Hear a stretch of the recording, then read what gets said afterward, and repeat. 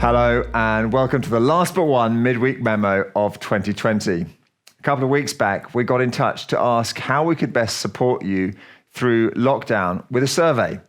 Many thanks to all those who responded. It was really encouraging to hear that 85% of people felt reasonably well connected, even at this difficult time. We took a couple of things from that survey. You would have seen the Zoom coffee mornings on a Sunday morning. That, I think, has been a great enhancement. And we've also been thinking and planning for different types of services on a Sunday that will be coming up in the new year. I'll say a bit more about that survey in a moment. But for now, I want to emphasize one really clear thing that came through, which is that more than half of the people said we really appreciate messages of hope regularly. But what kind of hope? Here we are, we've just gone back into tier 3, and now we're suddenly approaching a relaxation in the rules as well. It all feels mighty confusing. I know that there are some of you who are choosing to spend Christmas alone, not because you have to, but because you're so concerned for your own health and others. Whatever your circumstances, this is a deeply difficult time, and it is certainly not what we'd hoped for. What kind of hope? Well, number one, what we need at this time is a future hope. Jesus is the light of the world. We've been reading in John's Gospel recently that the light shines in the darkness, but the darkness has not overcome it. The light conquers the darkness. But part of living in this world is recognizing that the darkness is still receding. It's not gone yet. And so we have a difficult time. Our longings are not yet met. And when we're frustrated, when we're looking for our plans to succeed, but they won't, we need to turn that longing into our longing for Christ's world-redeeming return. We need a future hope at this time. But we also need a daily hope. We need a daily hope.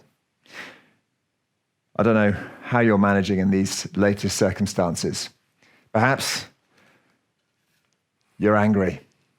Perhaps you're all prayed out. Perhaps you're feeling useless. Perhaps you're feeling cynical. Perhaps you're feeling washed out. So many other things. Well, in the midst of that, I want to encourage you, seek the Lord in the midst of your struggles. Lord, I don't know how to plan Christmas, and I don't know how it's going to work out. Please help me. Lord, I'm struggling. I need this to be sorted out now. I've got no more patience. Give me your patience. Lord, tempers are frayed in my household. We're all losing our rags. Lord, please bring your peace into our house. We need a daily hope. And the light of the Lord Jesus is there by his Spirit in each of our lives to give us that. So let's keep on seeking him in the midst of it. The light shines in the darkness, but the darkness has not overcome it. A few updates on our Christmas services.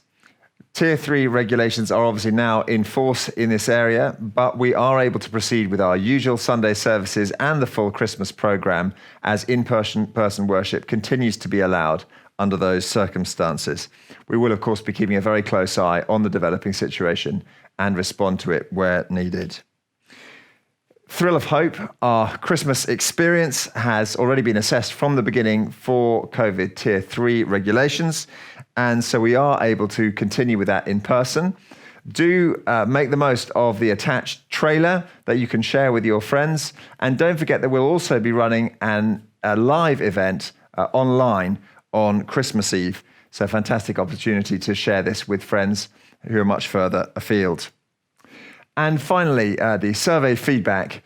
We've been thinking carefully about how we can best connect people. And I'm very grateful to a number of people who have worked together to put together a number of activities after Christmas to ensure that we remain connected. So from the 28th of December to the 1st of January, there'll be a suggestion of various ways that we can connect. For example, a thought for the day at 10 a.m. each day, 15 minutes for a time together, and then coffee on Zoom afterwards. There'll be a suggested walk each day, a few things targeting families and 20s and 30s particularly.